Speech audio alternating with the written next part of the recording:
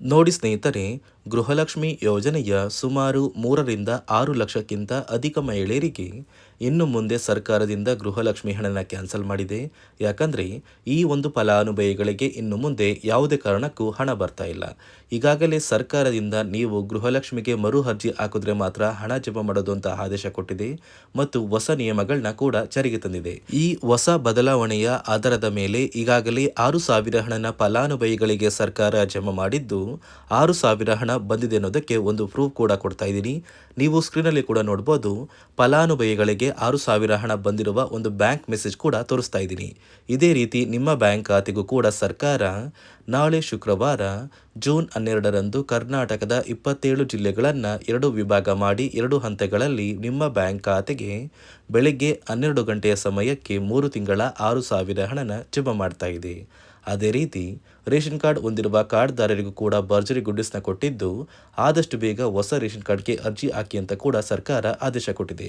ಹಾಗಾದರೆ ಸರ್ಕಾರದಿಂದ ಏನೆಲ್ಲ ಮಾಹಿತಿ ಬಂದಿದೆ ಅಂತ ತಿಳ್ಕೊಳ್ಳೋಣ.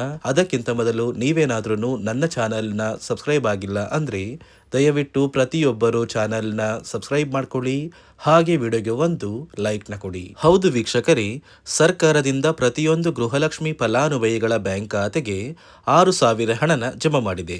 ಆದರೆ ಸುಮಾರು 3 ರಿಂದ 6 ಲಕ್ಷಕ್ಕಿಂತ ಅಧಿಕ ಮಹಿಳೆಯರಿಗೆ ಇನ್ನು ಮುಂದೆ ಗೃಹಲಕ್ಷ್ಮಿ ಹಣ ಕೂಡ ಕ್ಯಾನ್ಸಲ್ ಆಗ್ತಾ ಇದೆ. ಯಾವ ಕಾರಣಕ್ಕೆ ಹಣ ಕ್ಯಾನ್ಸಲ್ ಆಗ್ತಾ ಇದೆ ಅಂದರೆ, ನೀವು ಈ ಕೂಡಲೇ ಗೃಹಲಕ್ಷ್ಮಿಗೆ ಮರು ಅರ್ಜಿನ ಹಾಕಬೇಕು. ಒಂದು ವೇಳೆ ಮರು ಅರ್ಜಿ ಹಾಕಿಲ್ಲ ಅಂದರೆ ಇನ್ನು ಮುಂದೆ ಹಣ ಬರಲ್ಲ ಮತ್ತು ಸರ್ಕಾರದಿಂದ ಬಂದಿರುವ ಹೊಸ ನಿಯಮಗಳನ್ನ ಕಡ್ಡಾಯವಾಗಿ ಪಾಲಿಸಬೇಕು. ಹಾಗಾದರೆ ಸರ್ಕಾರದಿಂದ ಏನೆಲ್ಲ ಬದಲಾವಣೆಗಳು ಬಂದಿದೆ, ಯಾರಿಗೆಲ್ಲ ಹಣ ಕ್ಯಾನ್ಸಲ್ ಆಗಿದ್ದು ಯಾರಿಗೆಲ್ಲ ಜಮಾ ಆಗ್ತಾ ಇದೆ ಅಂತ ನಾನು ನಿಮಗೆ ತಿಳಿಸ್ಕೊಡ್ತೀನಿ.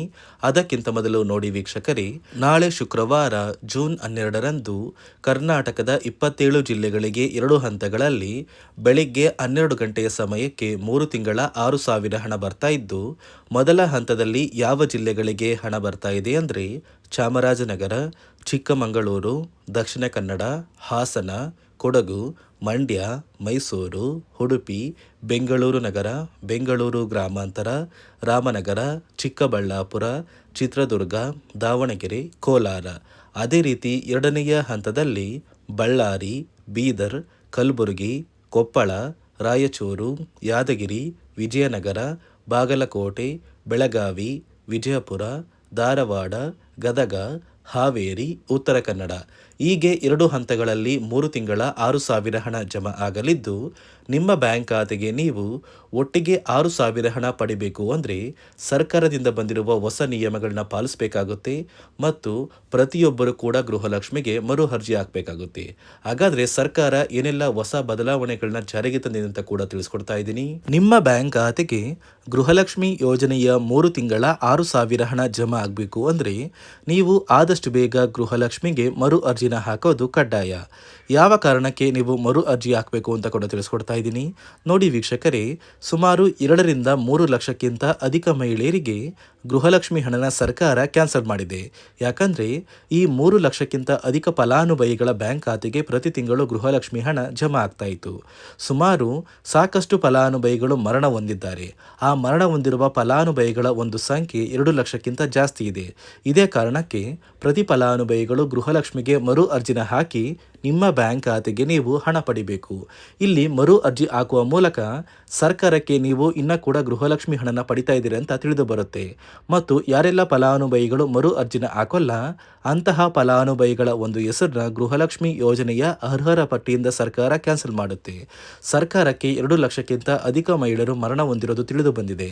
ಇದೇ ಕಾರಣಕ್ಕೆ ಈ ಜೂನ್ ತಿಂಗಳಲ್ಲಿ ಸರ್ಕಾರದಿಂದ ನೇಮಕಗೊಂಡಿರುವ ಕೆಲವು ಅಧಿಕಾರಿಗಳು ನಿಮ್ಮ ಮನೆ ಬಾಗಿಲಿಗೆ ಬಂದು ಪ್ರತಿ ಫಲಾನುಭವಿಗಳ ಒಂದು ದಾಖಲಾತಿಗಳನ್ನ ಮರುಪರಿಶೀಲನೆ ಮಾಡಿ ಮತ್ತೆ ಅರ್ಜಿನ ಹಾಕ್ಸ್ಕೊಂಡು ಹೋಗ್ತಾರೆ. ನಂತರ ನಿಮ್ಮ ಬ್ಯಾಂಕ್ ಖಾತೆಗೆ 3 ತಿಂಗಳ 6,000 ಹಣ ಬರುತ್ತೆ. ಅದೇ ರೀತಿ ಇನ್ನು ಮುಂದೆ ಪ್ರತಿ ವರ್ಷವೂ ಕೂಡ ನೀವು ವರ್ಷದ ಕೊನೆಯಲ್ಲಿ ಗೃಹಲಕ್ಷ್ಮಿಗೆ ನೀವು ಹೊಂದಿರುವ ಲೈಫ್ ಸರ್ಟಿಫಿಕೇಟ್ನ ಕೊಟ್ಟು ಅರ್ಜಿನ ಹಾಕಿದ್ರೆ ಮಾತ್ರ ಆ ಒಂದು ವರ್ಷದಲ್ಲಿ ಪ್ರತಿ ತಿಂಗಳು ಗೃಹಲಕ್ಷ್ಮಿ ಯೋಜನೆಯ 6,000 ಹಣ ಬರುತ್ತೆ. ಈಗಾಗಲೇ ಫಲಾನುಭವಿಗಳಿಗೆ ಗೃಹಲಕ್ಷ್ಮಿ ಹಣ ಜಮಾ ಆಗೋದಕ್ಕೆ ಸ್ಟಾರ್ಟ್ ಆಗಿದೆ. ಆದಷ್ಟು ಬೇಗ ಈ ಜೂನ್ ತಿಂಗಳಲ್ಲಿ ಪ್ರತಿಯೊಬ್ಬರು ಗೃಹಲಕ್ಷ್ಮಿಗೆ ಮರು ಅರ್ಜಿನ ಹಾಕಿ ಈ ಒಂದು ಹಣನ ಪಡ್ಕೊಳ್ಳಿ ಮತ್ತು ಸರ್ಕಾರ ಈ ಗೃಹಲಕ್ಷ್ಮಿ ಹಣಕ್ಕೆ ಕೆಲವು ನಿಯಮಗಳನ್ನ ಕೂಡ ಜಾರಿಗೆ ತಂದಿದೆ. ಅದೇ ರೀತಿ ರೇಷನ್ ಕಾರ್ಡ್ ಹೊಂದಿರುವ ಪ್ರತಿಯೊಂದು ಕಾರ್ಡ್ದಾರರಿಗೂ ಕೂಡ ಸರ್ಕಾರ ಮೂರು ಮುಖ್ಯವಾದ ಭರ್ಜರಿ ಗುಡ್ ನ್ಯೂಸ್ನ ಕೊಟ್ಟಿದ್ದು, ಮೊದಲ ಒಂದು ಗುಡ್ ನ್ಯೂಸ್ ಬಂದು ಸರ್ಕಾರ ಹೊಸ ರೇಷನ್ ಕಾರ್ಡ್ಗೆ ಅರ್ಜಿನ ಸ್ವೀಕಾರ ಮಾಡ್ತಾ ಇದೆ. ನೀವು ಕೂಡ ಹೊಸ ರೇಷನ್ ಕಾರ್ಡ್ನ ಪಡಿಬೇಕು ಅಂದರೆ ಆದಷ್ಟು ಬೇಗ ಅರ್ಜಿನ ಹಾಕಿ. ಅದೇ ರೀತಿ ಎರಡನೆಯ ಒಂದು ಗುಡ್ ನ್ಯೂಸ್ ಬಂದು ನೋಡಿ ವೀಕ್ಷಕರೇ, ನಿಮ್ಮ ಒಂದು ರೇಷನ್ ಕಾರ್ಡ್ಗೆ ಸರ್ಕಾರದಿಂದ ಈ ಜೂನ್ ತಿಂಗಳಲ್ಲಿ 3 ತಿಂಗಳಿಗೆ ಬರುವಂತಹ 15 ರೀತಿಯ ಆಹಾರ ಪದಾರ್ಥಗಳನ್ನ ಸರ್ಕಾರ ಉಚಿತವಾಗಿ ಕೊಡ್ತಾ ಇದೆ. ಈ ಜೂನ್ ತಿಂಗಳಲ್ಲಿ ಸಿಗಬೇಕಾಗಿರುವಂತಹ ಇಂದಿರಾ ಕಿಟ್ ಮತ್ತು ಮೇ ತಿಂಗಳಲ್ಲಿ ನಿಮಗೆ ಬರಬೇಕಾಗಿರುವಂತಹ ಒಂದು ಇಂದಿರಾ ಕಿಟ್, ಅದೇ ರೀತಿ ಏಪ್ರಿಲ್ ತಿಂಗಳಲ್ಲೂ ಕೂಡ ನಿಮ್ಮ ಒಂದು ರೇಷನ್ ಕಾರ್ಡ್ಗೆ ಇಂದಿರಾ ಕಿಟ್ನ ಕೊಟ್ಟಿಲ್ಲ. ಒಟ್ಟು 3 ತಿಂಗಳ 15 ಆಹಾರ ಪದಾರ್ಥಗಳನ್ನ ಸರ್ಕಾರ ಪ್ರತಿ ಕಾರ್ಡ್ದಾರರಿಗೆ ವಿತರಣೆ ಮಾಡ್ತಾ ಇದೆ. ಮೂರನೆಯ ಒಂದು ಗುಡ್ ನ್ಯೂಸ್ ಬಂದು, ಇನ್ನು ಮುಂದೆ ನೀವು ಉಚಿತ ಅಕ್ಕಿ ಪಡಿಬೇಕು ಅಂದರೆ ಆ ಒಂದು ಬಯೋಮೆಟ್ರಿಕ್ ಮಷಿನ್ ಮೇಲೆ ಬೆರಳಿಡುವಂತಹ ಅವಶ್ಯಕತೆ ಇಲ್ಲ. ಯಾಕಂದರೆ ಇದೀಗ ಸರ್ಕಾರ ನಿಮ್ಮ ಒಂದು ಬೆರಳು ಆ ಒಂದು ಮಷಿನಲ್ಲಿ ಎಂಟ್ರಿ ಆಗಿಲ್ಲ ಅಂದರೂ ಕೂಡ ಆ ಒಂದು ಅಧಿಕಾರಿಗಳು ಪುಸ್ತಕದಲ್ಲಿ ನಿಮ್ಮ ಒಂದು ಹೆಸರನ್ನ ಬರ್ಕೊಂಡು ನಿಮ್ಮ ಕಾರ್ಡಿಗೆ ಅಕ್ಕಿನ ಕೊಡಬೇಕು ಅಂತ ಸರ್ಕಾರ ಆದೇಶ ಕೊಟ್ಟಿದ್ದು, ಈ 3 ಗುಡ್ ನ್ಯೂಸ್ನ ಪ್ರತಿಯೊಂದು ಫಲಾನುಭವಿಗಳಿಗೆ ಸರ್ಕಾರ ಕೊಡ್ತಾ ಇದೆ. ಇದರ ಜೊತೆಗೆ ನಿಮ್ಮ ಬ್ಯಾಂಕ್ ಖಾತೆಗೆ ಗೃಹಲಕ್ಷ್ಮಿ ಯೋಜನೆಯ ಹಣ ಇನ್ನು ಮುಂದೆ ಬರಬೇಕು ಅಂದರೆ 5 ರೀತಿಯ ಹೊಸ ನಿಯಮಗಳನ್ನ ನೀವು ಪಾಲಿಸಬೇಕು ಅಂತ ಸರ್ಕಾರ ಆದೇಶ ಕೊಟ್ಟಿದೆ.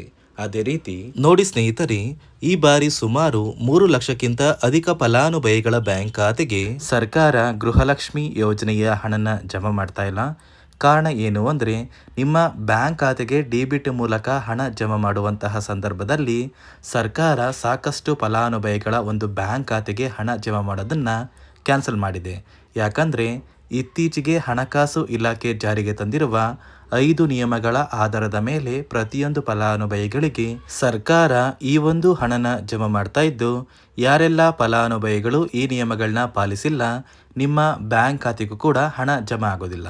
ಹಾಗಾದರೆ ಬನ್ನಿ ಸ್ನೇಹಿತರೆ, ಸರ್ಕಾರ ಜಾರಿಗೆ ತಂದಿರುವ ಆ 5 ಹೊಸ ನಿಯಮಗಳು ಏನು ಅಂತ ನಾನು ನಿಮಗೆ ತಿಳಿಸ್ಕೊಡ್ತಾ ಇದ್ದೀನಿ.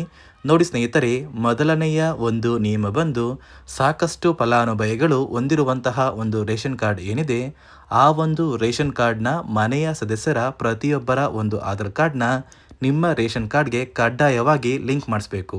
ಅಂದರೆ ಈ ಒಂದು ಲಿಂಕ್ ಮಾಡಿಸುವಂತಹ ಒಂದು ಪ್ರೊಸೀಜರ್ಗೆ ಸರ್ಕಾರ KYC ಅಂತ ಕರೀತಾರೆ. ನಿಮ್ಮ ರೇಷನ್ ಕಾರ್ಡ್ಗೆ ಇನ್ನೂ ಸಹ KYC ಆಗಿಲ್ಲ ಅಂದರೆ ನಿಮ್ಮ ಬ್ಯಾಂಕ್ ಖಾತೆಗೆ ಸರ್ಕಾರ ಮುಂದಿನ ದಿನಗಳಲ್ಲಿ ಗೃಹಲಕ್ಷ್ಮಿ ಯೋಜನೆಯ ಹಣನ ಕ್ಯಾನ್ಸಲ್ ಮಾಡುತ್ತೆ. ಅದೇ ರೀತಿ ಎರಡನೆಯ ಒಂದು ನಿಯಮ ಬಂದು, ಸಾಕಷ್ಟು ಫಲಾನುಭವಿಗಳು ಕಳೆದ 3 ತಿಂಗಳಿಂದ ಸರ್ಕಾರದಿಂದ ಬರ್ತಾ ಇರುವಂತಹ ಒಂದು ರೇಷನ್ ಏನಿದೆ, ಅಂದರೆ ಉಚಿತ ಅಕ್ಕಿ ಏನಿದೆ, ಈ ಒಂದು ರೇಷನ್ನ ಪಡ್ಕೋತಾ ಇಲ್ಲ. ಒಂದು ವೇಳೆ ಕಳೆದ 3 ತಿಂಗಳಿಂದ ನೀವು ರೇಷನ್ನ ಪಡ್ಕೊಂಡಿಲ್ಲ ಅಂದರೆ ಸರ್ಕಾರ ನಿಮ್ಮ ಬಳಿ ಇರುವಂತಹ ಒಂದು ರೇಷನ್ ಕಾರ್ಡ್ನ ಕ್ಯಾನ್ಸಲ್ ಮಾಡುತ್ತೆ. ನಿಮ್ಮ ರೇಷನ್ ಕಾರ್ಡ್ನ ಸರ್ಕಾರ ಕ್ಯಾನ್ಸಲ್ ಮಾಡಿದರೆ ನಿಮ್ಮ ಬ್ಯಾಂಕ್ ಖಾತೆಗೆ ಗೃಹಲಕ್ಷ್ಮಿ ಯೋಜನೆಯ ಹಣ ಇರ್ಬೋದು ಮತ್ತು ಸರ್ಕಾರದಿಂದ ಬರುವಂತಹ ಒಂದು ಸೌಲಭ್ಯಗಳನ್ನ ನೀವು ಕಳ್ಕೋಬೇಕಾಗುತ್ತೆ. ಅದೇ ರೀತಿ ಮೂರನೆಯ ಒಂದು ನಿಯಮ ಬಂದು, ನೋಡಿ ಸ್ನೇಹಿತರೆ, ನಿಮ್ಮ ಬಳಿ ಇರುವಂತಹ ಒಂದು ಆಧಾರ್ ಕಾರ್ಡ್ ಏನಿದೆ, ಆ ಒಂದು ಆಧಾರ್ ಕಾರ್ಡ್ನ ಕಳೆದ 15 ವರ್ಷಗಳಲ್ಲಿ ನೀವು ಯಾವುದೇ ರೀತಿಯ ಒಂದು ತಿದ್ದುಪಡಿನ ಮಾಡಿಸಿಲ್ಲ ಅಂದರೆ ನಿಮ್ಮ ಬ್ಯಾಂಕ್ ಖಾತೆಗೆ ಸರ್ಕಾರ ಗೃಹಲಕ್ಷ್ಮಿ ಯೋಜನೆಯ ಹಣನ ಕ್ಯಾನ್ಸಲ್ ಮಾಡುತ್ತೆ. ಯಾಕಂದರೆ ಸರ್ಕಾರದಿಂದ ಬಂದಿರುವಂತಹ ಒಂದು ಆದೇಶದ ಪ್ರಕಾರ ಪ್ರತಿಯೊಂದು ಫಲಾನುಭವಿಗಳು ಕಳೆದ 15 ವರ್ಷಗಳಲ್ಲಿ ಯಾವುದೇ ರೀತಿಯ ಒಂದು ತಿದ್ದುಪಡಿನ ನಿಮ್ಮ ಆಧಾರ್ ಕಾರ್ಡ್ಗೆ ನೀವು ಮಾಡಿಸಿಲ್ಲ ಅಂದರೆ ಕಡ್ಡಾಯವಾಗಿ ಆದಷ್ಟು ಬೇಗ ನಿಮ್ಮ ಆಧಾರ್ ಕಾರ್ಡ್ಗೆ ತಿದ್ದುಪಡಿನ ಮಾಡಿಸಿ. ಅದೇ ರೀತಿ ನಾಲ್ಕನೆಯ ಒಂದು ನಿಯಮ ಬಂದು, ನಿಮ್ಮ ಕುಟುಂಬದ ಒಂದು ವಾರ್ಷಿಕ ಆದಾಯ 7 ಲಕ್ಷಕ್ಕಿಂತ ಕಡಿಮೆ ಇರಬೇಕು. ಒಂದು ವೇಳೆ ನಿಮ್ಮ ಕುಟುಂಬದ ವಾರ್ಷಿಕ ಆದಾಯ 7 ಲಕ್ಷಕ್ಕಿಂತ ಜಾಸ್ತಿ ಇದ್ದರೆ ನಿಮ್ಮ ಬ್ಯಾಂಕ್ ಖಾತೆಗೆ ಸರ್ಕಾರ ಗೃಹಲಕ್ಷ್ಮಿ ಯೋಜನೆಯ ಹಣನ ಕ್ಯಾನ್ಸಲ್ ಮಾಡುತ್ತೆ. ಅದೇ ರೀತಿ 5ನೆಯ ಒಂದು ನಿಯಮ ಬಂದು, ನಿಮ್ಮ ಕುಟುಂಬದ ಸದಸ್ಯರು ಅಥವಾ ಗೃಹಲಕ್ಷ್ಮಿ ಯೋಜನೆಯ ಫಲಾನುಭವಿಗಳು ಯಾರು ಕೂಡ ಸರ್ಕಾರಿ ನೌಕರರಾಗಿ ಕಾರ್ಯನಿರ್ವಹಿಸ್ತಾ ಇರಬಾರ್ದು. ಒಂದು ವೇಳೆ ನಿಮ್ಮ ಕುಟುಂಬದಲ್ಲಿ ಯಾರೇ ಆಗಿದ್ರೂ ಸರ್ಕಾರಿ ನೌಕರರಾಗಿ ಕಾರ್ಯನಿರ್ವಹಿಸ್ತಾ ಇದ್ದರೆ ನಿಮ್ಮ ಬ್ಯಾಂಕ್ ಖಾತೆಗೆ ಗೃಹಲಕ್ಷ್ಮಿ ಯೋಜನೆಯ ಹಣ ಕ್ಯಾನ್ಸಲ್ ಆಗುತ್ತೆ. ಈ 5 ನಿಯಮಗಳ ಆಧಾರದ ಮೇಲೆ ಪ್ರತಿಯೊಂದು ಫಲಾನುಭವಿಗಳಿಗೆ ಸರ್ಕಾರ ಹಣ ಜಮಾ ಮಾಡ್ತಾ ಇದೆ. ಒಂದು ವೇಳೆ ನೀವು ಈ 5 ನಿಯಮಗಳನ್ನ ಪಾಲಿಸಿಲ್ಲ ಅಂದರೆ ನೀವು ಕೂಡ ಗೃಹಲಕ್ಷ್ಮಿ ಯೋಜನೆಯ ಹಣದಿಂದ ವಂಚಿತರಾಗಬೇಕಾಗುತ್ತೆ. ನೋಡಿ ವೀಕ್ಷಕರೇ, ಇಂದು ಶುಕ್ರವಾರ ಜೂನ್ 12ರಂದು ಕರ್ನಾಟಕದ 27 ಜಿಲ್ಲೆಗಳಿಗೆ ಸರ್ಕಾರ 6,000 ಗೃಹಲಕ್ಷ್ಮಿ ಹಣನ ಜಮಾ ಮಾಡ್ತಾ ಇದೆ.